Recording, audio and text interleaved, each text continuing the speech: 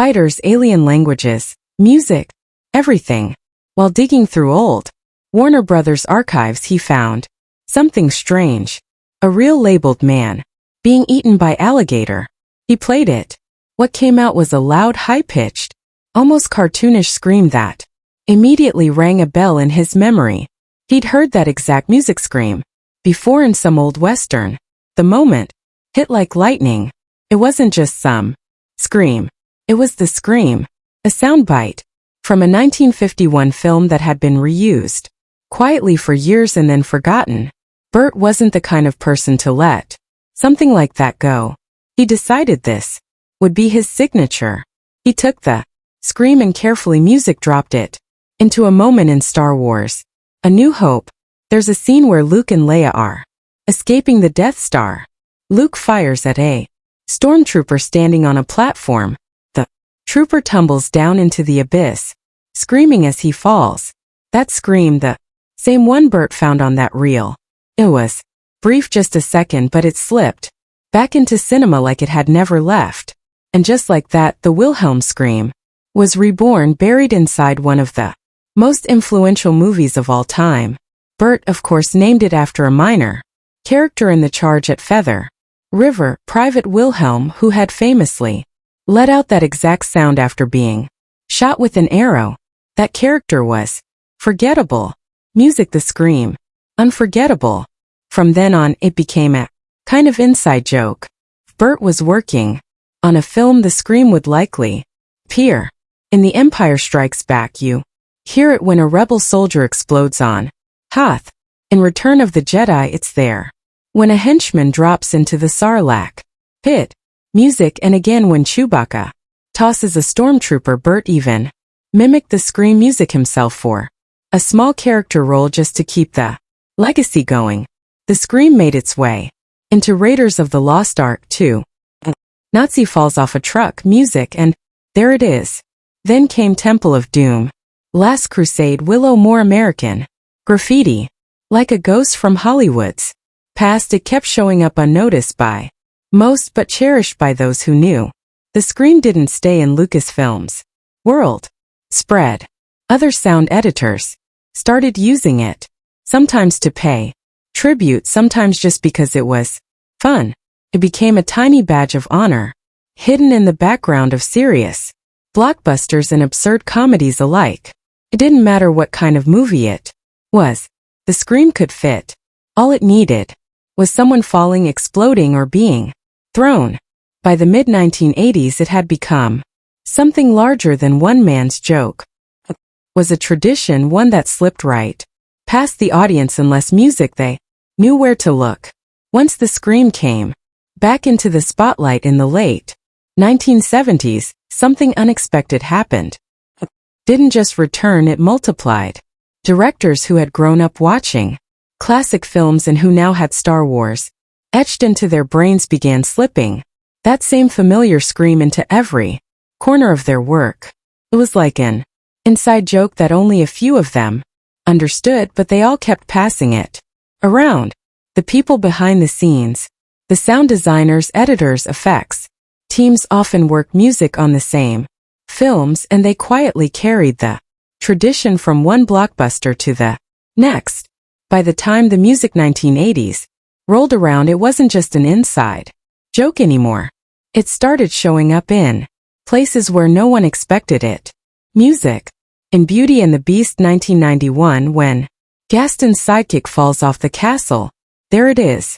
In Aladdin 1992, a palace guard gets flung by Jafar's magic and lets out that same scream. It even found its way into Toy Story 1995. Buzz Lightyear crashes out the bedroom window and you can hear the scream trailing behind him if you listen close. The people at Pixar couldn't resist either. Gary Rydestrom, their sound designer, made sure it was tucked into Monsters Incorporated 2001 and Up 2009. Music. Like a hidden treat for anyone paying attention. In the 1990s, it became a signature sound in action movies. There was a big stunt or a bad guy falling off something, chances were the Wilhelm scream was in there. In Batman Returns 1992, Batman knocks a clown off a building and you hear it. Clear as day. In Jurassic Park 1993, a worker gets eaten by a dinosaur. And even though it's buried under roaring sounds, the scream is there. It's also hiding somewhere in Independence Day 1996 music and Titanic 1997, especially when chaos breaks loose. Music near the end of the sinking ship. One lone scream cutting through the noise. Peter Jackson didn't skip it either. In The Two Towers 2002, during that giant battle scene, an orc is hurled from the top. And there it is. Again. Even Avatar 2009 got in on it. James Cameron slipped it in during a scene where a human gets crushed by a massive creature. The scream survived. Everything from swords to spaceships. Music. Quentin Tarantino, who's known for mixing old-school vibes into his modern movies, made sure to include it too. In Reservoir Dogs 1992, right in the middle of a gritty shootout, one of the cops takes a hit and that iconic scream breaks through. In Kill Bill Volume 1, 2003, during the insane House of Blue Leaves fight, at least two unlucky henchmen let it out. And he didn't stop there. Inglourious Basterds 2009 has it too, during the blood-soaked shootout in the theater. One Nazi soldier music gets taken down and his death is punctuated by that oddly familiar wail. By the time the 2000s arrived, music, the Wilhelm scream, had spread everywhere. Family cartoons, horror flicks, war movies, sci-fi epics. Didn't matter what the genre was. Something exploded or someone flew through the air. Chances were someone in the editing room thought, let's put the Wilhelm in. And they did. Again and again as more movies began slipping in the Wilhelm scream. Not everyone was thrilled. What once felt like a hidden Easter egg for film lovers, slowly, music started to feel like an overplayed joke. For some viewers, hearing the same scream again and again made it harder to stay absorbed in the story.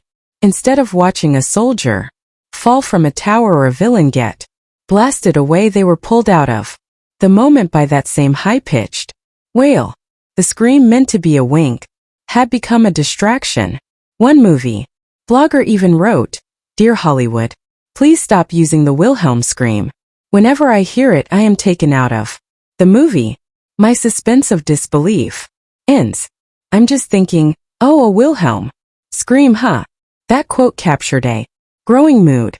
People who used to smile when they heard it were now music rolling their eyes. It stopped being an inside joke and started breaking the fourth wall. By the early 2010s, the scream's overuse had started to music fade.